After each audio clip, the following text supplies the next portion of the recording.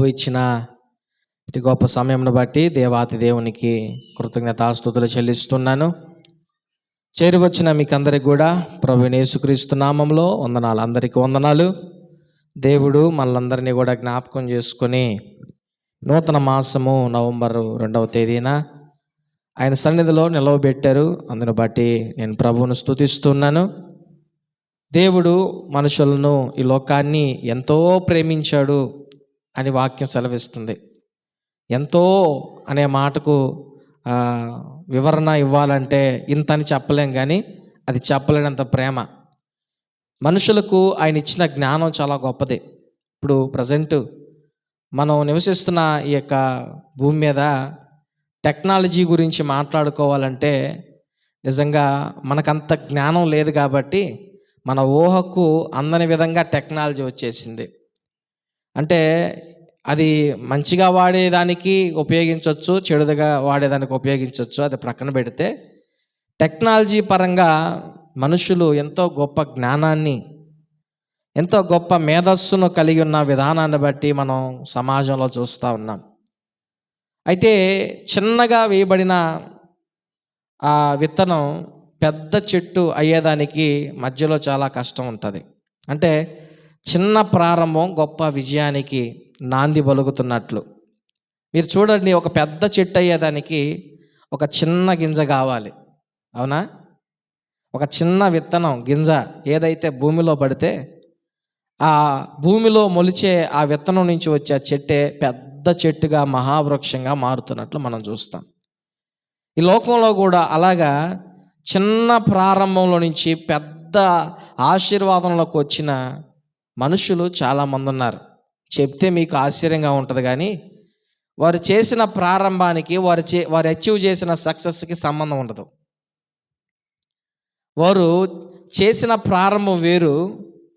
వారు నడత సరిగా ఉన్నందువల్ల యథార్థమైన జీవితం, పట్టుదల, విశ్వాసం వారిని ఎంతో గొప్ప స్థితికి, ఉన్నతమైన శిఖరాల్లో నిలవబెట్టినట్లుగా నేను చూశాను.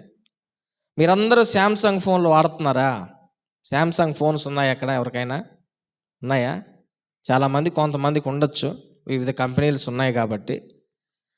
ఆ శాంసంగ్ కంపెనీ ఈరోజు యాండ్రాయిడ్లో ఒక నెంబర్ 1 స్థానంలో ఉంది. యాండ్రాయిడ్ డివైస్లో ఒక మంచి స్థానంలో, మంచి ప్రైజ్లో, ఏ ప్రైజ్లో కావాలంటే ఆ ప్రైజ్లో ఆ మొబైల్ వాడుతూ ఉన్నారు. మీకు వారి గురించి చెప్పమంటారా? శాంసంగ్ కంపెనీ ఈ రోజున ఫోన్లు, ట్యాబ్లెట్స్, ల్యాప్టాప్లు, వాషింగ్ మిషన్ అన్నీ చేస్తుంది. కానీ ప్రారంభంలో వారు చేసిన వ్యాపారం ఏంటో తెలుసా? ప్రారంభంలో ఎండి చేపలు అమ్మేవాళ్ళు. ఏం చేసేవాళ్ళు? ఎండి చేపలు అమ్మేవాళ్ళు అంట. ఎవరు? శాంసంగ్. ఈ రోజున ఫోన్లు, ట్యాబ్లెట్లు ఇవన్నీ కూడా చేస్తూ ఉంది. ట్యాబ్లెట్స్ అంటే వేసుకునే ట్యాబ్లెట్లు అనుకున్నారు. ఫోన్లోనే ఒక పెద్ద ట్యాబ్లెట్ అని ఉంటుంది, అండి, పలకలాగా ఉంటుంది, దాన్ని ట్యాబ్లెట్ అంటారు. ట్యాబ్ అంటారు. ట్యాబ్లెట్ కూడా కాదులే, ట్యాబ్ అంటారు. ఈ రోజున వారు ఈ స్థితిలో, ఇంత గొప్ప స్థితిలో ఉన్నారు. కానీ ప్రారంభంలో వారు ఎండి చేపలు అమ్మేవాళ్ళని, కూరగాయలు అమ్మేవాళ్ళని హిస్టరీ చెప్తా ఉంది. నోకియా ఫోన్లు వాడారా? నోకియా ఫోన్లో వాడారు. ఇంతకుముందు అయితే అందరి దగ్గర ఉండేది అయ్యే. ఈ టచ్ ఫోన్లు రాకముందు నాకు తెలిసి ప్రతి ఒక్కరి దగ్గర నోకియా ఫోన్లే. అయితే ఆ నోకియా ఫోను ప్రారంభంలో ఫిన్లాండ్లో దానికి సంబంధించిన ఫెడ్రిక్ అనే వ్యక్తి కాగితం కర్మాగారం పెట్టి టాయిలెట్ పేపర్లు చేశాడు. ఏం చేశాడు? Toilet papers. ప్రారంభంలో ఆయన నోకియా కంపెనీని స్టార్ట్ చేసినప్పుడు చేసింది ఏంటంటే టాయిలెట్ పేపర్లు, అంటే టిష్యూ పేపర్స్ అని, కాగితాలని ఉపయోగించుకునేదానికి, bathroom papers. Hyundai car company ఉంది. హుండై కారు కంపెనీ వాళ్ళు ప్రారంభంలో ఏం చేసేవాళ్ళంటే బిల్డింగులు నిర్మించేవాళ్ళు. ఈ రోజున వాళ్ళు కారులను తయారు చేయడం మనం చూస్తున్నాం. ఎందుకు వీరిని గురించి నేను చెప్తా ఉన్నానంటే, వారు చేసిన ప్రారంభానికి, వారు అచీవ్ చేసిన ఆ యొక్క గొప్ప ఆశీర్వాదానికి సంబంధం లేదు. అయితే ఈ మాటలు మీరు ఆలకించండి నా ప్రియమైన సహోదరి సహోదరులారా. చిన్న గింజ పెద్ద చెట్టు అయినట్లుగా చిన్న ప్రారంభమే గొప్ప విజయంగా మారుతుంది. హల్లెలూయా. ఎక్కడ ప్రారంభించాము అనేది కాదు, ఎలా నడిచాము అనేదే ముఖ్యం. దేవుడు చూస్తాడు, ఏం చూస్తాడు తెలుసా? నీ ప్రారంభాన్ని చూడడం, నీ దిశను చూస్తాడు. అంటే ఎక్కడికి వెళ్తున్నావు, నీ ప్రారంభంలో నువ్వు ఎక్కడికి వెళ్తున్నావు? అడ్డదారుల్లో వెళ్తున్నావా, లేదా యథార్థంగా వెళ్తున్నావా, నమ్మకంగా చేస్తున్నావా, అపనమ్మకంగా చేస్తున్నావా? ప్రభు చూసేది ఇదే. కానీ నువ్వు చెట్టు కింద ప్రారంభించావా, లేకపోతే ఇంకో దగ్గర ప్రారంభించావా? ఈ మధ్యకాలంలో కొన్ని షాపుల్లో, టిఫిన్ షాపుల్లో ఆ టిఫిన్ తింటా ఉన్నప్పుడు బైక్లో వెళ్తా ఉంటే మా పాస్టర్ గారు అంటారు, మనం కూడా ఒక టిఫిన్ అంగడి పెడదామని. ఎందుకంటే పని చేసుకోవడంలో తప్పులేదు, ఏదైనా ఒక ప్రారంభించడంలో తప్పులేదు. అంటే ఎందుకు ఆమె అంటుందంటే, ఈరోజున ఎంతోమంది ఒక మంచి సక్సెస్ని సాధిస్తూ ఉన్నారు, మనం కూడా ఎందుకు అచీవ్ చేయకూడదు, ఎందుకు ఒక మంచి స్థితిలోకి రాకూడదు అన్నదే వారి యొక్క ఉద్దేశం. ఎందుకు ఈ మాట మీతో నేను ప్రస్తావిస్తున్నానంటే, మీరు ఒక చిన్న ఆలోచనతో పనిని ప్రారంభించారో అది మనుషుల దృష్టిలో ఘనంగా ఉండకపోవచ్చు, లేదా ఇతరులకి ఎగతాళి కారణంగా ఉండొచ్చేమో, ఇతరులకు అపహాస్యకరంగా, ఇతరులు ఎగతాళి చేసి నిందించే విధంగా మీ పని ప్రారంభం ఉండొచ్చేమో. కానీ ప్రభు మీ యొక్క పేదరికాన్ని కానీ, మీ యొక్క అజ్ఞానాన్ని కానీ, లేదా మీ స్థితిగతులు కానీ ప్రభు చూడటం లేదు, కానీ మీ దిశను చూస్తున్నాడు అనే విషయాన్ని సమయంలో చెప్తున్నాను. ఎక్కడ ఎండి చేపలు అమ్ముకునేవాళ్ళు, ఎక్కడ సెల్ ఫోన్లు తయారు చేసి, నాకు అసలు ఏం అర్థం కావట్లే నిజంగా చెప్పాలంటే. ఎక్కడ కాగితాలు తయారు చేసుకునేవాళ్ళు, ఎక్కడ టాయిలెట్ పేపర్స్ తయారు చేసుకునేవాళ్ళు, ఎక్కడ నోకియా ఫోన్లో ఒక ప్రపంచాన్ని సృష్టించారో నాకు అర్థం కావట్లా. ఎక్కడ బిల్డింగ్లు కట్టేవాడు, ఎక్కడ రోడ్లు వేసుకునేవాడు, ఆ రోడ్ల మీద కారులు తయారు చేయడం ఏందో నాకు అర్థం కావట్లా. నిజంగా కొన్ని విషయాలు ఆలోచన చేస్తూ ఉంటే ఎలాగుంటాయో తెలుసా? గొర్రెల కాపరిని ఇజ్రాయేలు రాజుగా మార్చిన దేవుడు. హల్లెలూయా! ఎవరిని? గొర్రెల కాపరిని ఇజ్రాయేలు రాజుగా మార్చాడు దేవుడు. ఒక బానిసను ఈజిప్ట్కి ప్రధానమంత్రిగా చేశాడు దేవుడు. ఒక మత్స్యకారులుగా బ్రతుకుతున్న వారిని ఈ ప్రపంచానికి సువార్థికులుగా మార్చాడు దేవుడు. హల్లెలూయా! ఎక్కడ చేపలు పట్టుకునే వాళ్ళు, ఎక్కడ సువార్థికులు, ఎక్కడ గొర్రెలు మేపుకునేవాడు, ఎక్కడ ఇజ్రాయేల్ రాజు, ఎక్కడ ఒక బానిసగా ఆ దేశానికి వెళ్ళిన వ్యక్తి ప్రధానమంత్రి, ఎక్కడ అసలు ఎక్కడైనా పొంతనుందా? ఎక్కడైనా సంబంధం ఉందా? ప్రధానమంత్రి అయ్యేదానికి అర్హత ఎక్కడైనా ఉందా? రాజు అయ్యేదానికి ఎక్కడైనా అర్హత ఉందా? దీన్ని బట్టి ఆలోచన చేయాల్సిన విషయం ఏంటంటే, ప్రభు నీ ప్రారంభాన్ని చూడటం లేదు, కానీ నువ్వు వెళ్ళే నడతను, నీ దిశను చూస్తున్నాడు,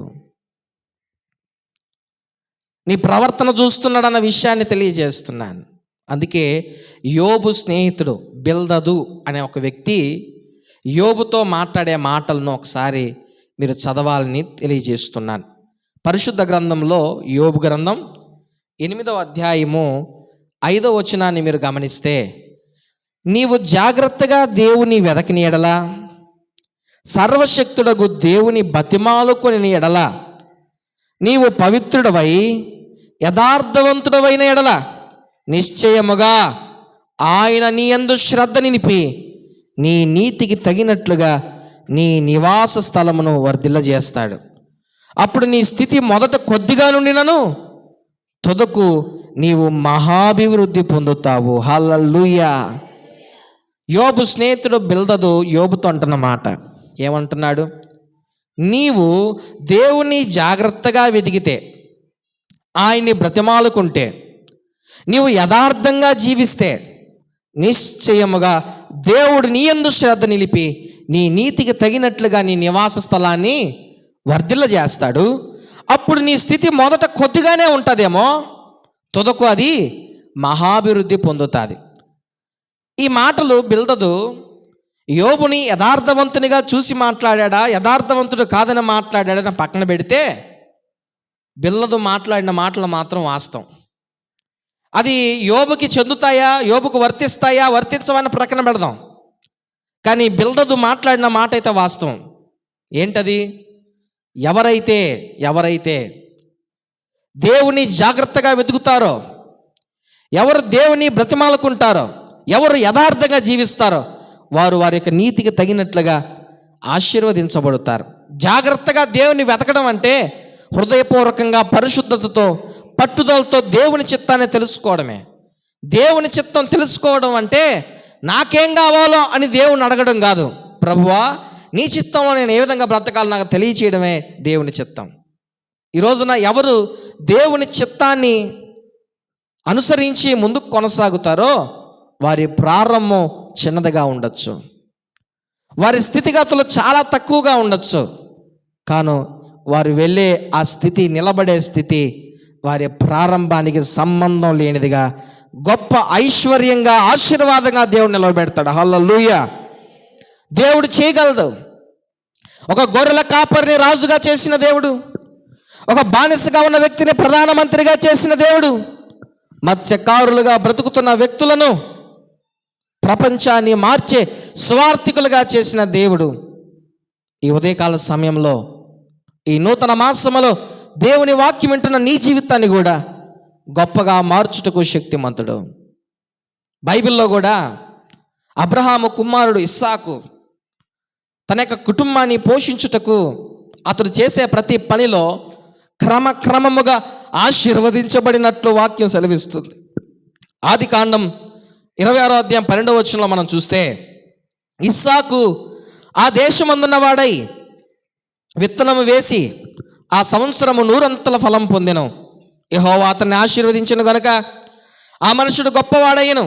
అతడు మిక్కిలి గొప్పవాడగు వరకు క్రమక్రమముగా అభివృద్ధి పొందుచూ వచ్చెను. ఇస్సాకు తను చేసే పనిలో క్రమక్రమముగా అభివృద్ధి పొందుచు ఆశీర్వదించబడుతూ వచ్చాడంట. అక్కడ మనం చదివితే 100 ఫలం పొందాడు అంటే 100కు 100 మార్కులు. సక్సెస్లో ఏమాత్రం ఆయనకి డిఫెక్ట్ లేదు. ఆయన పూర్తిగా ఆయన చేసిన పనిలో ఫలితాన్ని పొందినట్లుగా మనం చూస్తున్నాం. ఇస్సాకు ఆ విధంగా ఆశీర్వదించబడుతూ ఉంటే ఆశీర్వాదాన్ని చూడలేక ఆ ప్రాంతంలో ఉన్న ఫిలిస్తీన్లు అనేకులు ఇస్సాకు మీద అసూయపడినట్లుగా మనకు 14వ వచనంలో రాయబడి ఉంది. అసూయపడ్డారు. ఇస్సాకు ఎదుగుతూ ఉంటే, ఇస్సాకు ఆశీర్వదించబడుతూ ఉంటే, ఇస్సాకు డెవలప్ అవుతూ ఉంటే చూడలేక ఆ ఫిలిస్తీన్లు ఏం చేశారు తెలుసా? అబ్రహాము త్రవ్వించిన బావులన్నీ కూడా పూర్తి చేయడం ప్రారంభించారు. ఆ రోజుల్లో గొప్ప ఐశ్వర్యం, గొప్ప ధనం ఏదైనా ఉందంటే నీరే. వారు ఏదైనా ప్రాంతంలో నిలబడ్డారనుకోండి, ఆ ప్రాంతంలో నీళ్లు పడకపోతే ఆ ప్రాంతంలో వారు ఉండరు, మరొక ప్రాంతానికి వెళ్ళిపోతారు. అలాంటిది అబ్రహాము త్రవ్వించిన బావులన్నీ కూడా ఇస్సాకు మీద ఉన్న అసూయతోటి మొత్తం పూడిపిచ్చేశారు. ఆ తర్వాత జరిగిన విషయం ఏంటో తెలుసా? ఇస్సాకును ఆ ప్రాంతంలో ఉన్న వ్యక్తులే వెళ్ళిపో అని చెప్పినట్లుగా మనం చూస్తాం. తర్వాత వేరే ప్రాంతానికి వెళ్ళి, గెరారు అనే ప్రాంతానికి వెళ్ళి ఇస్సాకు అక్కడ బావులు తవ్విస్తూ ఉంటే గెరారు కాపర్లు వచ్చారు. గెరారు కాపర్లు వచ్చి వాళ్ళేం చేశారో తెలుసా? వారేం చేశారో తెలుసా? ఇస్సాకు బావి తవ్వించినప్పుడు ఆ బావిలో మంచి జలగల నీళ్లు పడుతూ ఉంటే ఓరవలేక ఆ బావి మాది అని చెప్పి గొడవలు వేసుకునే పరిస్థితి. అయితే ఈ విధంగా కలహాలు కలుగుతున్నా, ఈ విధంగా శ్రమలు కలుగుతున్నా, శోధనలో ఉన్న ఇస్సాకును గురించి ఆ వచనాల్లో నేను చదివినప్పుడు ఎక్కడా కూడా వారితో జగడమాడినట్లుగా నాకు కనిపించలా, ఎక్కడా కూడా వారితో తగులేసుకున్నట్లుగా నాకు కనిపించలా. అయితే చివరికి జరిగిన విషయం ఏంటో తెలుసా? అదే 26వ అధ్యాయము 26 నుంచి 29 వచనాల వరకు మనం ఆదికాండంలో చదివితే, ఇప్పుడు చదవనక్కర్లేదు కానీ, ఏ ఇస్సాకునైతే బాధ పెట్టారో, ఏ ఇస్సాకునైతే ఇబ్బంది పెట్టారో ఆ వ్యక్తులకు దేవుడు ఇస్సాకంటే భయం కలిగించాడు. ఏ వ్యక్తులైతే ఇస్సాకును ఇబ్బందికరంగా ప్రవర్తించి గొడవకు కారణంగా చేశారో, ఇస్సాకు ఆశీర్వాదాన్ని చూచి, ఇస్సాకు అభివృద్ధిని చూచి శత్రువులైన వారందరూ కూడా ఇస్సాకు దగ్గరకు వచ్చి ఇంచుమించుగా బ్రతిమలాడుతూ, అయ్యా మనం ఇరువురం ఒక ఒప్పందం చేసుకుందాం, మా ఊరి నుంచి మిమ్మల్ని వెళ్ళమన్నామే కానీ మిమ్మల్ని మాత్రం మేము ఏమనలా. కాబట్టి మీరు మాకు ఒక ఒప్పందం చేయాలా, ప్రమాణం చేయాలా. ఏంటంటే మీరు మాత్రం మమ్మల్ని ఏం చేయబాకండి. ఒకప్పుడు తరివేసిన వాళ్ళు, ఒకప్పుడు నువ్వు ఎదుగుతా ఉంటే చూడలేకపోయిన వాళ్ళు, ఒకప్పుడు అపహాస్యం చేసిన వాళ్ళు, ఒకప్పుడు దౌర్జన్యం చేసిన వాళ్ళు ఇప్పుడు ఆ వ్యక్తి దగ్గరికే వచ్చి నువ్వు ఎదుగుతున్న విధానం చూస్తుంటే మాకు భయం వేస్తూ ఉంది. కాబట్టి నువ్వు మాకు ఒక ప్రమాణం చేయి. ఏమని ప్రమాణం చేయాలంటే, దయచేసి మమ్మల్ని మాత్రం నువ్వేం చేయబాకు. మేము చేసిన ప్రవర్తనకు, మేము మాట్లాడిన మాటలకు, మేము వేసుకున్న వాగ్వాదాలకి, మేము పెట్టిన నిందలకి దయచేసి మనసులో పెట్టుకొని మా మీదకి రాబాకు. నువ్వు ప్రమాణం చేస్తే సరే. ఎందుకు ఈ మాటలు నేను చెప్తున్నానంటే, ఇస్సాకు క్రమక్రమముగా ఆశీర్వదించబడ్డానికి 3 కారణాలు ఉన్నాయి. ఒకటి, దేవుని వాక్యానికి విధేయత చూపించడం. రెండవది, శత్రువులు ఉన్న శాంతిగా నడిచాడు. గొడవలకి కారణంగా పోలేదు. నువ్వు మంచోడివే, నువ్వు మంచిదానివే, కానీ గొడవలు వేసుకునే వాళ్ళు అనేకులు ఉంటారు. కావాలనితో గొడవ పెట్టుకోవాలనుకునే వాళ్ళు చాలామంది ఉంటారు. కావాలని నేను పడగొట్టాలనుకునే వాళ్ళు కూడా చాలామంది ఉంటారు. అయితే అలాంటి సమయాల్లో నువ్వు చేయాల్సిన పని ఏంటో తెలుసా? దేవుని వాక్యానికి విధేయత చూపిస్తూ శాంతిగా నువ్వు నడవగలిగితే, నా ప్రియ సంగమా, ఎవరైతే నిన్ను బాధిస్తున్నారో వారే నిన్ను చూచి భయపడే స్థితికి ప్రభువు నిన్ను నిలవబెడతాడు. 3వ కారణం, ఇస్సాకు దీవించబడేదానికి. ఇస్సాకు దీవెనలు పొందిన ప్రతి చోట బలిపీఠం కట్టే వ్యక్తి. 26వ అధ్యాయం 25వ వచనములో మనకు ఆయన గురించి మాటలు కనిపిస్తాయి. ఎక్కడైతే ఆయన దీవెనలు పొందుతాడో, దీవెనలు పొందిన ప్రతి చోట బలిపీఠం కట్టడం. అందుకే 92వ కీర్తన 12వ వచనములో ఉన్న మాట, నీతిమంతులు ఖర్జూర వృక్షం వలె మొవ్వువేయుదురు, లెబానోను మీది దేవదారు వృక్షాల వలె వారు ఎదుగుతారు. యెహోవా మందిరములో నాటబడిన వారై వారు మన దేవుని ఆలయమందు వర్ధిల్లుతారు. హల్లెలూయా. ఒక మనిషి ఒక మంచి స్థితిలోనికి వచ్చేదానికి ప్రారంభం ఎన్నికలేనిదైనా, పనికిరాందైనా, వారు అజ్ఞానంలో ఉన్నా, వారి స్థితిగతులు బాగలేకపోయినా, బిల్దాదు యోబుతో చెప్పినట్లుగా ఇస్సాకు తన జీవితంలో ప్రవర్తించిన ప్రవర్తన ఆధారం చేసుకుని ఈ రోజున క్రైస్తవులు జీవించగలిగితే, మీ నీతికి తగినట్లుగా మీ నివాసాలను దేవుడు వర్ధిల్ల చేయబోతూ ఉన్నాడు. హల్లెలూయా. మీ కుటుంబాలను ఆశీర్వదించబోతా ఉన్నాడు దేవుడు. మీ పరిస్థితులు కొంచెమై ఉండొచ్చేమో, నీ స్థితిగతులు బాగలేకపోయి ఉండొచ్చు, కానీ నీ బిడ్డలను ప్రభు గొప్ప స్థితులను నిలవబెడతాడు. నీ కుటుంబాన్ని ఆశీర్వదిస్తాడు. దానికి నువ్వు పెట్టే పెట్టుబడి ఏంటో తెలుసా? చిట్ ఫండ్లు కాదు, ఐసిఐసిలో నువ్వు కట్టే ఇన్సూరెన్సులు కాదు, డబ్బులు కాదు. నీ నీతికి తగినట్లు నీ నివాస స్థలం వర్ధిల్లుతుంది. ఎవరైతే యథార్థంగా జీవిస్తారో, మొదటే చెప్పాను, దేవుడు నీ ప్రారంభాన్ని చూడటం లేదు, కానీ నీ నడతను చూస్తున్నాడు, నీ దిశను చూస్తున్నాడు. నువ్వు ఎక్కడికి వెళ్తున్నావో, ఎలాంటి పరిస్థితుల్లో నీవు ఉంటున్నావో, ఎలాంటి పరిస్థితుల్లో ముందు కొనసాగుతున్నావో ప్రభు దాన్ని చూస్తున్నాడు. ఈ రోజున క్రైస్తవులు కాకపోయినా అనేకులు ఒక మంచి స్థితిలో నిలవబడగలిగినారంటే వారికి ఉన్న పట్టుదల, వారికి ఉన్న విశ్వాసం, వారికి ఉన్న స్థితిగతులు, వారికి కలిగిన ధైర్యమే వారిని ఈ రోజున ఆ స్థితిలో నిలవబెట్టింది. ఈ రోజున నీకు, క్రైస్తవుడైన నీకు అటు ధైర్యం, అటు పట్టుదల, అటు విశ్వాసం లేకుండా ఈ రోజున ముందు కొనసాగుతూ ఉంటే, ఎక్కడేసిన గొంగలి అక్కడే ఉన్నట్లుగా మన బ్రతుకులు ఉంటూ ఉన్నాయి. గుర్తుపెట్టుకోండి, ఈ రోజున గొప్ప గొప్ప వ్యక్తులని మనం చెప్పుకుంటున్నామే, వారి ప్రారంభం చాలా చిన్నది, చిన్న గింజ లాంటిదే. ఈ రోజున వారు మనకు మహావృక్షమైనారు కాబట్టి కనిపిస్తున్నారు. చిన్న గింజగా ఉంటే కనిపిస్తారా? కానీ వారి ప్రారంభం చిన్న విత్తనమే. ఈ రోజున ప్రపంచంలో టెక్నాలజీ పరంగా అనేకులు ముందుంటున్నారు. వారిలో కూడా యాపిల్ సంస్థ ఒకటి.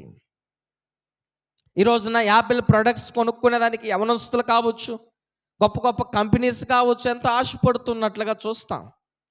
అయితే ఆ యాపిల్ కంప్యూటర్ తయారు చేసిన స్టీవ్ జాబ్స్ అనే వ్యక్తి 21 సంవత్సరాల్లోనే తన ఇంటి గ్యారేజ్లో ప్రారంభించాడు. మొదట ఒక కంప్యూటర్ని తయారు చేశాడు. స్టోర్ రూమ్ మనకు పనికి రాకుండా ఉంటాయే, మనకు పనికి రాకుండా ఉండే వస్తువులను ఒక స్టోర్ రూమ్ గ్యారేజ్లో వేస్తూ ఉంటామే, అలాంటి దాంట్లో ప్రారంభించాడు. ఈ రోజున ఆ యాపిల్ కంపెనీ గొప్ప మహావృక్షంగా మారినట్లుగా మనం చూస్తున్నాం. నీ ప్రారంభాన్ని ప్రభు చూడటంలా. నువ్వు బండి నడుపుకొని వ్యాపారం చేస్తున్నావా, లేదా చెట్టు కింద వ్యాపారం చేస్తున్నావా, లేకపోతే ఎలాంటి పరిస్థితుల్లో నువ్వు బిజినెస్లోకి వెళ్ళావా, చిన్న ఉద్యోగం, చిన్న టీచర్ పోస్టు, చిన్న కార్పెంటరు, చిన్న ఎలక్ట్రీషియను, చిన్న పెయింటర్ అని ప్రభు చూడటంలా. నువ్వు నడిచే నడతను చూస్తున్నాడు. నువ్వు టీచర్ పోస్ట్ చేస్తున్నప్పుడు, నువ్వు ఎలక్ట్రీషియన్గా ఉన్నప్పుడు, నువ్వు పెయింటర్గా ఉన్నప్పుడు, లేదా ఒక చెట్టు కిందే బిజినెస్ చేస్తున్నప్పుడు న్యాయంగా చేస్తున్నావా లేకపోతే అన్యాయంగా చేస్తున్నావా, అది మాత్రమే ప్రభు చూస్తాడు. నీ నీతికి తగినట్లుగా నీ నివాస స్థలాన్ని దేవుడు వర్తిల్లింపజేస్తాడు. దాన్ని మాత్రమే ప్రభు చూస్తాడు. నీ స్థితిగతులను ప్రభు చూడటం లేదు. అంతే కదండి. ఒక గొర్రెల కాపరి రాజు అవ్వడం ఏంది, ఒక బానిసగా వెళ్ళిన వ్యక్తి ప్రధానమంత్రిగా వెళ్ళడం ఏంది. ఆ రోజుల్లో బానిసలకు బట్టలు లేకుండా నిలవబెట్టేవాళ్ళు, సిగ్గుతో అసహ్యంగా వారిని ఉంచేవారు. ఆ రోజుల్లో బానిసలు ఆ విధంగానే కొనుక్కునేవాళ్ళు. అలాంటి వ్యక్తి ఆ దేశానికి ప్రధాన అయ్యాడు.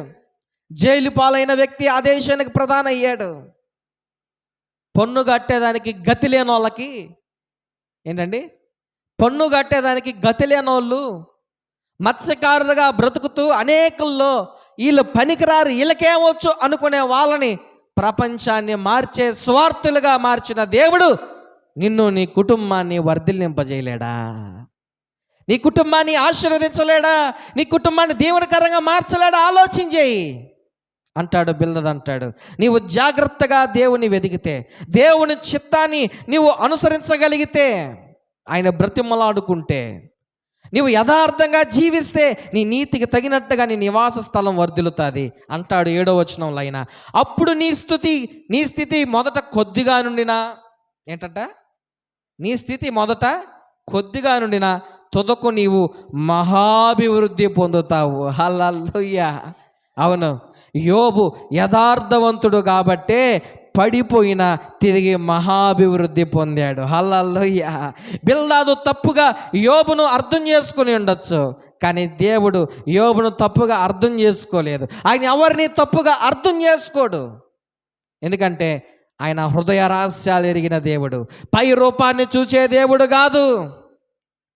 ఎవరికైనా నువ్వు సహాయం చేయాలంటే, ఎవరికైనా నువ్వు ప్రేమించాలంటే వాడి క్రియలను లేదా వాడి యొక్క పై రూపాన్ని చూసి నువ్వు సహాయం చేయొచ్చు. ఈ రోజున ఎంత పనికిమాలినోడైనా, వాడు ఎంత హత్యలు చేస్తున్నా, ఎన్ని మానభంగాలు చేస్తున్నా, కారులో దిగి బంగారం వేసుకుంటే ఆడంత మంచోళ్ళేడని చెప్తారు మనుషులు. అతనంత మంచోళ్ళు లేడని చెప్తారు. ఇంట్లో భర్తకు కూడా కుర్చీ ఏరేమో కానీ ఆ కారులో దిగినోడికి మాత్రం కుర్చీ వేస్తారు. ఇంట్లో ఏ రోజు కూడా ఇంట్లో పిల్లకాయలకు కూడా ఆ విధంగా సేవ చేస్తుంటారేమో, ఆడికి మాత్రం అంత గొప్ప సేవ చేస్తారు. ఎందుకో చెప్పనా, వాళ్ళకున్న నీతిని బట్టి కాదు, వాళ్ళకున్న డబ్బును బట్టి, ధనాన్ని బట్టి. కానీ నేను చెప్తున్నా, నీ నీతిని బట్టి, నీ యథార్థతను బట్టి నీ ఇంటిని దేవుడు వర్ధిల్లింపజేస్తాడు. హల్లెలూయా. నీ నివాస స్థలాన్ని దీవిస్తాడు, నీకు ఆరోగ్యాన్ని ఇస్తాడు, నీకు క్షేమాన్ని ఇస్తాడు. నువ్వు చేసే వ్యాపారం చిన్నదే, నువ్వు చేసే ఉద్యోగం చిన్నదే, కానీ నువ్వు ఎలా నడుస్తున్నావు, ఎలా వెళ్తున్నావు, నష్టం కలిగిన మాట తప్పుతున్నావా, ఇతరులకు కీడు చేసే మనస్తత్వం కలిగి ఉన్నావా, దోచుకునే మనస్తత్వం కలిగి ఉన్నావా? అయితే మీరు అనొచ్చు, సార్ ఈ రోజుల్లో చాలామంది అక్రమంగా సంపాదించే వాళ్ళు కూడా గొప్ప స్థితిలో ఉన్నారు కదా అని. కానీ వారిని గురించి బైబిల్ ఏం చెప్తుంది తెలుసా? వారు గడ్డి పువ్వులాగా వాడిపోతారంట. కొన్ని రోజులకి మనం వెళ్ళిన చోట వారు తిరిగి ఉండరు అని వాక్యం సెలవిస్తుంది. ఎంత త్వరగా గొప్ప స్థితిలోకి వస్తారో అంత త్వరగానే పడిపోతారు. కానీ నువ్వు క్రమక్రమముగా దీవించబడుతుంటే నీ ఆశీర్వాదాన్ని చూచి అనేకులు భయపడతారు. ఇస్సాకు దీవెన చూచి అనేకులు భయపడ్డారు. అసూయపడిన వారే ఆయన దగ్గరకు వచ్చి కాళ్ళు పట్టుకుంటున్నారు. అసూయపడిన వారే ఆయన దగ్గరకు వచ్చి బ్రతిమలాడుతూ, అయ్యా నీవు మాత్రం మమ్మల్ని ఏం చేయబాకు, మేము చేసినవన్నీ మనసులో పెట్టుకొని మమ్మల్ని కొట్టబాకు తిట్టబాకు అని చెప్పి బ్రతిమలాడుకుంటున్నారు, ప్రమాణం చేయించుకుంటున్నారు. ఈ రోజున మీతో నేను చెప్పదలుచుకున్న మాట ఏంటో తెలుసా? నువ్వు చేసే ఉద్యోగం చిన్నదే, నీ ఆలోచనలు చిన్నవే, నీ తలంపులు చిన్నవే, నీ దగ్గర ఉన్న ధనం చిన్నదే, నీకు అంత యోగ్యత లేదు, నీకు పెద్ద పెద్ద ఆలోచన కూడా లేకపోయి ఉండొచ్చు, నీకు పెద్ద పెద్ద దూరదృష్టి కూడా లేకపోయి ఉండొచ్చు. కానీ చెప్తున్నాను, ప్రభు నీ ప్రారంభాన్ని కాదు నీ దిశను చూస్తున్నాడు. అంటే నువ్వు వెళ్ళే మార్గాన్ని చూస్తున్నాడు, నువ్వు నడిచే నడతను చూస్తున్నాడు. చెప్తున్నాను, ఎండి చేపలు అమ్ముకునేవాడిని ప్రపంచానికి ఒక మంచి టెక్నాలజీ పరంగా నిలవబెట్టాడే. టిష్యూ పేపర్లు తయారు చేసుకునే వ్యక్తిని ఈ ప్రపంచంలో ఒక మంచి స్థితిలో నిలవబెట్టిన దేవుడు ఈ రోజున మీ జీవితంలో కూడా అటు దీవెన ప్రభు ఎందుకు ఇవ్వడు? అయితే బిల్దదు చెప్పినట్లుగా మనం ఈ లోకంలో జీవించాలి. జాగ్రత్తగా దేవుని వెతుకుతూ ఉన్నప్పుడు, యథార్థంగా జీవిస్తున్నప్పుడు. కొరియా ప్రాంతంలో శాంసంగ్ కంపెనీ వచ్చినట్లుగా మనం చూస్తున్నాం. శాంసంగ్ అంటే అర్థం ఏంటో తెలుసా? శామ్ అంటే 3. ఏంది? శామ్ అంటే 3, సంగ్ అంటే నక్షత్రాలు. ఏంటి? సంగ్ అంటే నక్షత్రాలు. దానికి అర్థం ఏంటంటే 3 నక్షత్రాలు. 3 అంటే స్థిరత్వానికి సూచన. ఆయన అంటాడు, స్థిరత్వంగా నా 3 నక్షత్రాలు ఎప్పుడు వెలుగుతూనే ఉండాలి. అంటే నా కంపెనీ ఎప్పుడు వెలుగుతూనే ఉండాలని అర్థంతో ఆ కంపెనీ ఆయన స్టార్ట్ చేశాడు. నిజంగానే ఈరోజు నా కంపెనీ వెలుగుతూనే ఉంది, ఒక మంచి స్థానంలో ఉంది. ఈరోజున అనేకులు వారి ప్రారంభాన్ని చాలా చిన్నదిగా ప్రారంభించారు, ఈరోజున గొప్ప స్థితిలో ఉన్నారు. నీ జీవితం కూడా చాలా చిన్నదిగా ఉంది. అయితే నీ యొక్క నడత, నీ మార్గం, నీ యథార్థత, నీ యొక్క పరిస్థితులు, నీ పరిశుద్ధత చెప్తున్నాను నిన్ను నీ నివాస స్థలాన్ని వర్ధిల్లింపజేస్తాయి. హల్లెలూయా, హల్లెలూయా. ప్రార్థన చేద్దాం, తల్ల వంచుదాం, కళ్ళు మూసుకుందాం. ప్రభు మనతో మాట్లాడిన మాటలు ఒకసారి నిజమే కదా.